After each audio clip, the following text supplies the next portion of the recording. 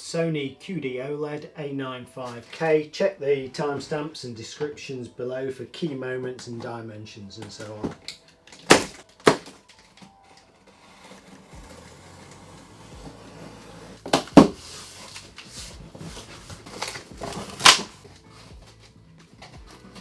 At the top we've got some of the cable covers for the back, remote control setup guide, parts of the pedestal, moving along, and a remote control. So we've got a camera and microphone, parts for the pedestal feet, the base and covers, standard remote control, cable covers for the back of the TV. Now I've got some of the heavy stuff out. Like I say, it is a 40kg package on a 55-inch TV, so it's heavy, so I'm just going to lift the cardboard off first. The poly still in there. Alright. The only other thing, remote control instruction book pack. Poly on the sides. Oh, at the back of the TV. So, like I say, the contents of that packaging is 40kg altogether with the TV. This base here has got to be more than 10kg itself, so that's quite weighty, maybe even more.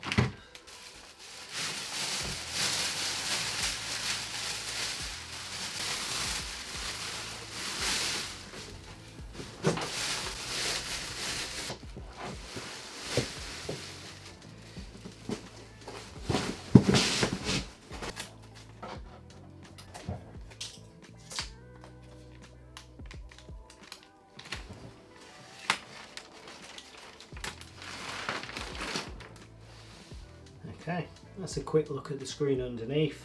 Probably just put that cover back over till we get the pedestal stand assembled. Onto the included accessories. Standard remote, close up with the smart remote as well together. That's a quick look. Parts here for the pedestal stand. These two bits of metal here, they will attach onto the pedestal base for the TV to slot and secure onto. This is a camera that can obviously be removed, camera and microphone, so that will go on top of the TV. You can just see the lens there as well. And obviously if you are paranoid about a camera watching you, you don't have to install it. That is the smart remote for Sony 2022 included with this TV. So nice small smart remote there. Close up of that with the standard remote in a moment. So 2-pin AEC mains lead with a UK plug. And all that's left in this packet, the pedestal stand screws there, 2 sets of AAA batteries. Also a cable wrap or cable tidy, instruction book there. Quick close up of the smart remote to start with. So we've got power on and off at the top, TV button, settings button. That's the source or input button. That will take you to your channel numbers. I can just see there where the microphone is on the remote. Cursor arrows left, right, up, down and enter. Back button, home button, microphone button there with the Google Home symbol. Volume up and down, channels up and down, mute, play and pause. And that's the guide button there. We've also got shortcuts for Bravia Core, Netflix, Disney Plus and Prime Video. Flip it over and push down and away on the back. AAA batteries into there. Also included is a simple standard remote, so we've got information and TV button at the top, power button, subtitles, audio, exit, channel numbers, guide button, coloured buttons for whatever they refer to depending on apps and media playback, source or input button, settings button, left, right, up, down and enter, back button, got the number pad there as well, home button, volume up and down, channels up and down, that's to flick between 2 of your previous channels, mute button, help button, and we've got play, pause, stop, rewind and fast forward. Flip it over, push down there and away. AAA batteries into the back there. look at the quick setup guide. So we can see there included contents in the box, what's in the top of it there. So it shows obviously get the stuff out the top, lift it off, two of you to lift it out with your pedestal base, and then moving down it gives us two configurations here. So we can either have the stand in front of the screen, and we follow along on A to assemble that stand and mount the TV to it, or we can go with B where that pedestal stand or base is behind the screen, and again following the instructions. Not sure what I'm going to do yet. I'm probably going to go for B and have the stand behind it so we see just screen from the front. Then looking at the back, list of the inputs and relevant cables to connect up, inserting the mains cable into it, and again securing the mains with that cable tie and putting the plastic panels on. Looking further down, popping batteries into the remote and turning it on. Quickly going to whip through these plastic covers. So we got these plastic bits which will cover those pegs up depending which way we configure the stand. Okay, so those plastic covers to cover up back of the pedestal. Okay, these plastic covers here, they're for the sort of radius on that pedestal base as well. Okay, plastic cover for the back of the TV to tidy it up after cables and so on are into it. Another plastic cover there for the back.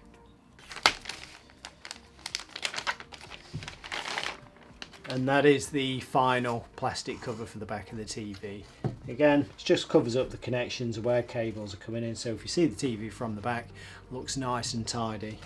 Quick look at the back of the TV before it goes onto its pedestal base. We can just see some woofers facing backwards and the base ports there for those.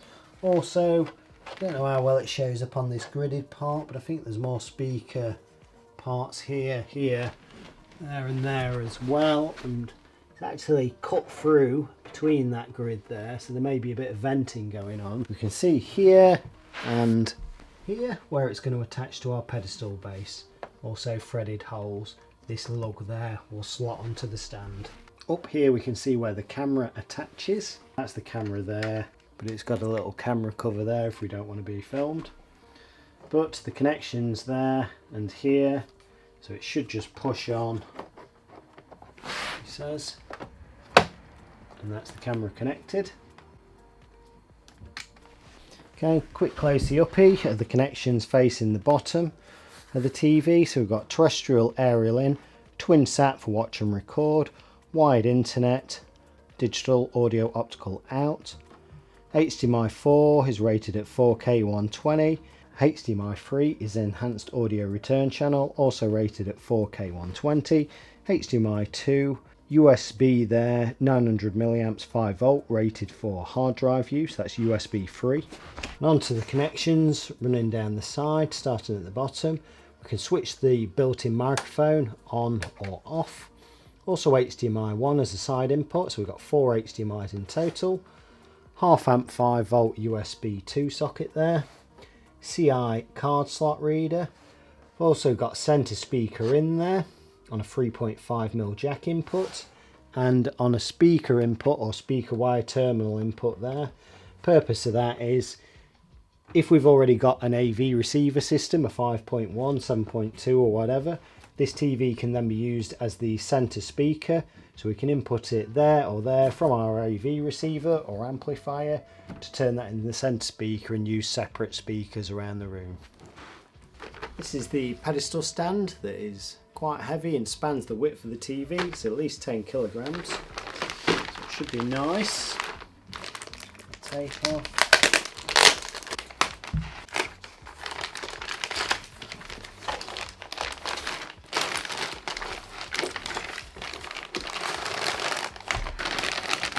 That is looking at it from underneath, and obviously it's got this cloth on just to protect it and keep it tidy. It's textured cover on the top. Seems like a sort of blacky grey finish, or maybe anthracite finish. Either side we've got those threaded holes. So we can see this end of the stand, both ends are the same. We've got a threaded hole in there and there. And this metal part should locate into it like so. Put it the right way around. So we can drop our screws through. there and there, and I've got the choice of either hooking my screen on this side, having this plastic in front of the screen, or hooking the screen onto this side, having the screen facing out that way, and this is behind. So I'm going for this plastic behind the TV.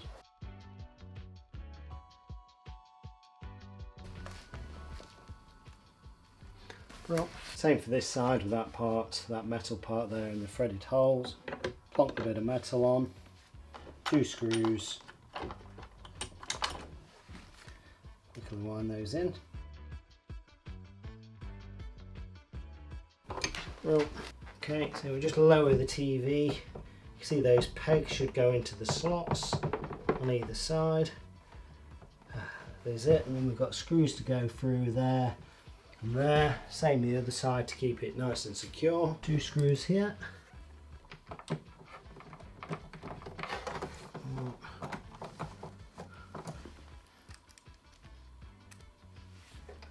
2.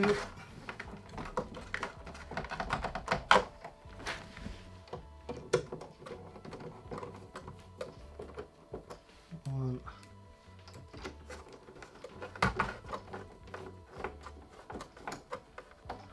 Quickly just going to whip all these plastic covers on. So we've got the ones to cover where the pedestal fits. That's that one. Where the mains lead will go in. Get it the right way around.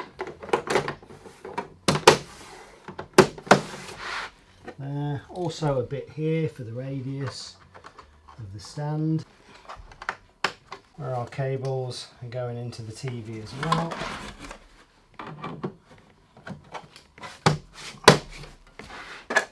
Again, pedestal foot or where the pedestal's connecting to the TV. And cables there.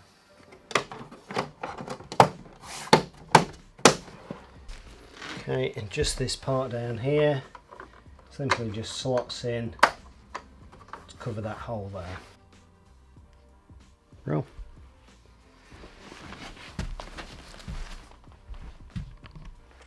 So that is the assembled TV from the front with the screen protector off. You can just see the camera poking over the top. And from the back with all those panels on.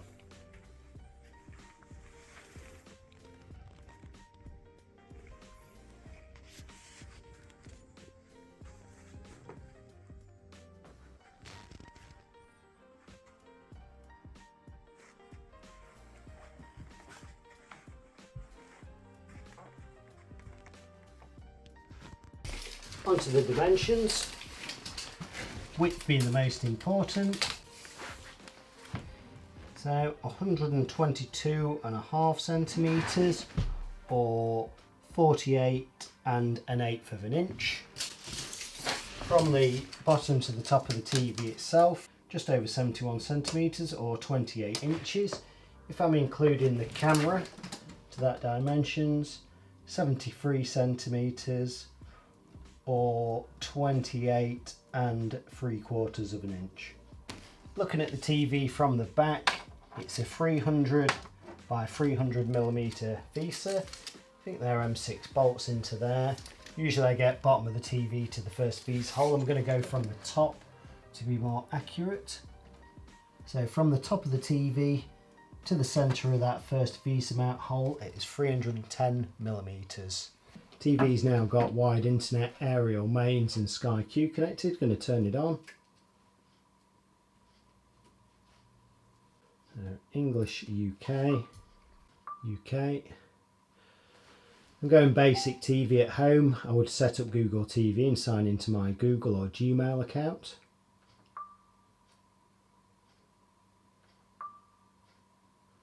So accept the terms of service. Did you know? Google services, location could be useful. It's up to you whether you want to send diagnostic data.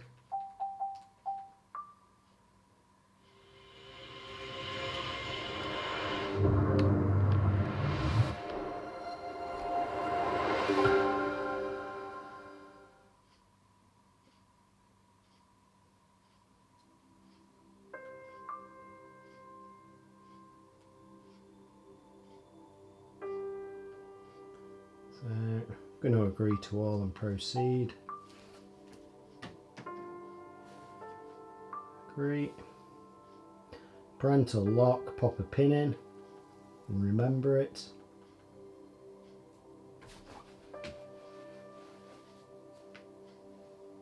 Okay, power saving I'm turning off because I doubt it will save that much power, but it will affect your picture quality, trying to reduce the brightness to save power.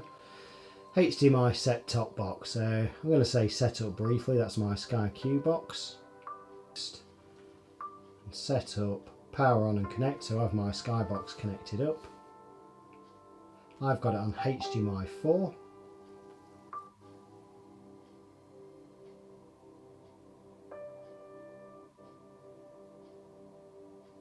Okay, I'll say next again. Set up TV program guide, so I'll say yes. And it's for my region, which is Yorkshire or Yorkshire and Lincolnshire. TV service provider, Sky Q.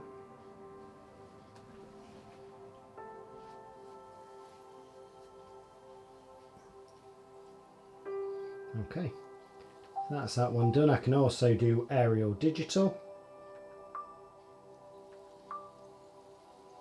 So that's now going to scan for channels. I'm just going to pause the video while that tunes itself in. It could take a while if it even starts moving.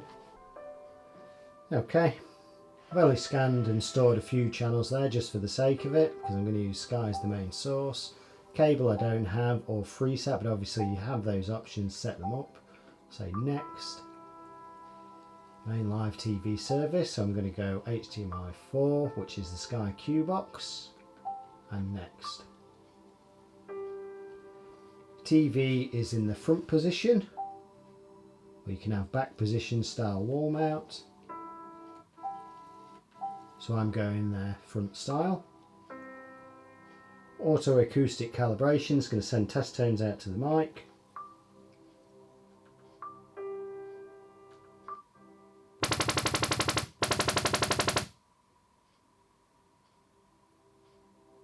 And next. So I've got the bundled camera connected. Skip the registration for myself.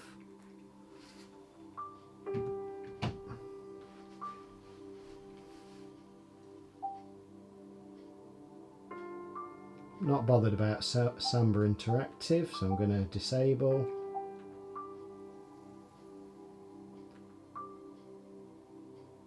So I'm going to say complete. You can, however, set up for retail.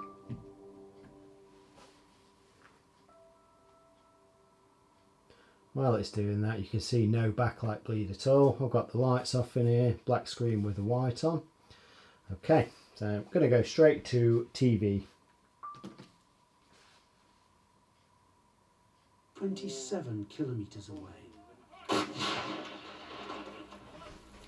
Okay, now we have to get out quickly before the Russians potentially find our positions and fire back.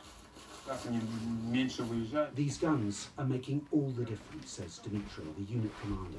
Okay, so this does have the acoustic screen, like the previous OLED models, which sounded really nice. I'm going to shut my mouth and turn up the volume. And here's the proof. Footage of giant Russian ammunition stores now being hit far behind the front lines. And Ukraine can now target key bridges like this one near the Russian-held city of Kherson. Perhaps the start of a push towards Crimea, which all helps to explain this. All quiet, unusually quiet, on this stretch of the Eastern Front. Another sign, perhaps, of Russia's faltering momentum. Just listen to that silence. The point these soldiers keep making to us along the length of this front line is that Western weapons really are making a big difference, but not yet a decisive difference. They still need many more if they are to turn the tide against the Russians. It's balanced now, 50-50, says Colonel Yuri Bereza. That's thanks to the artillery the West has sent here. But we're not yet in a position to counterattack. We still need a lot more weapons, or it will be a bloodbath. And it's not just about equipment. Ukraine has lost so many soldiers. Well, you're watching Newsday on the BBC. Still to come on the programme. Retail demo I haven't got because I haven't loaded one into the TV. I'm going to try one of my own quick demos on YouTube.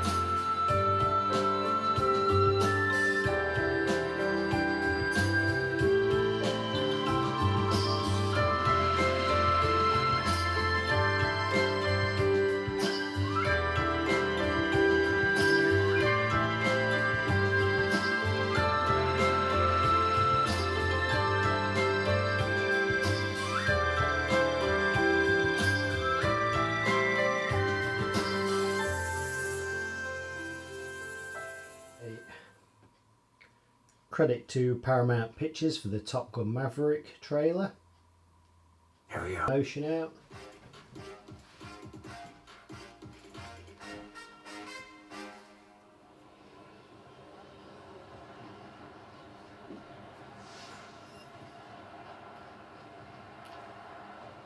We come the two teams, Manchester United against Inter, the International Champions Cup.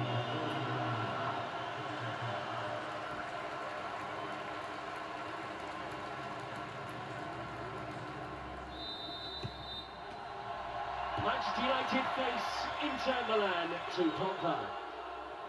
Sure, they're encouraging him to shoot, and he will have a go.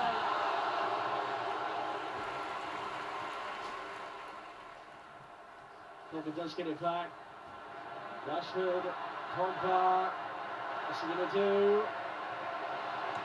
I don't know how he got that far, to be honest. Oh, here come United, Shaw.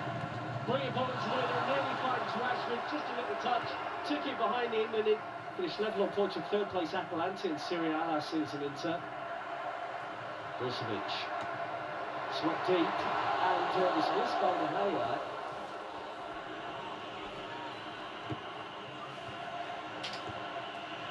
And it goes towards Gabini. Saka was back there, I think, to head that way. Pogba back towards his own goal, and then the Saka up from it. Pogba's up as well. He leaves it brilliant on it.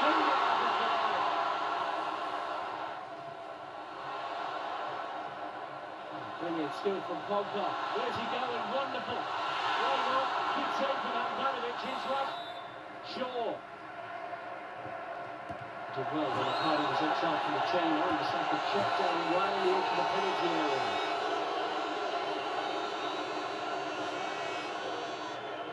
Young just floated this in now, I'd expect.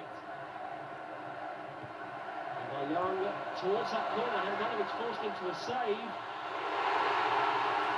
Another marvellous moment for the teenager, who's making a name for himself.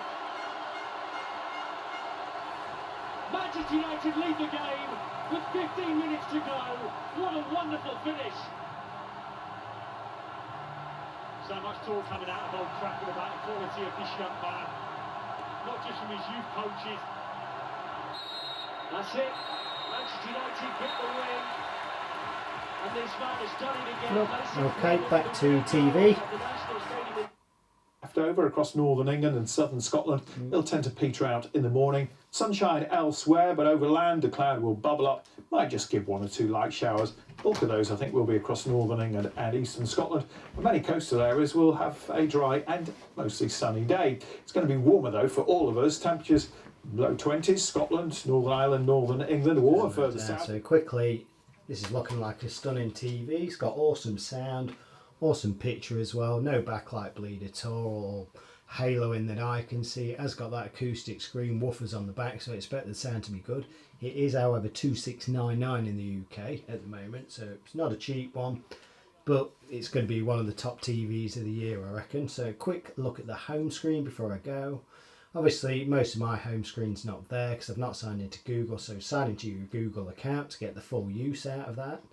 But you can see across the bottom what I've been using: Netflix, Prime, BBC iPlayer, ITV, all 4, My5, Live TV and Catch Up. So go to that, you'll get your UView, where on UView you can rewind the TV screen and catch up all your sort of Freeview channels and so on. YouTube, Disney Plus, BBC Sounds, Sony bonus offers, recorded title list, so if you've attached a hard drive, you can watch your recordings back through that portal there. Bravia notifications, timers and clocks, set your sleep timers and whatever else. Media player, USB media playback, whatever else, and music.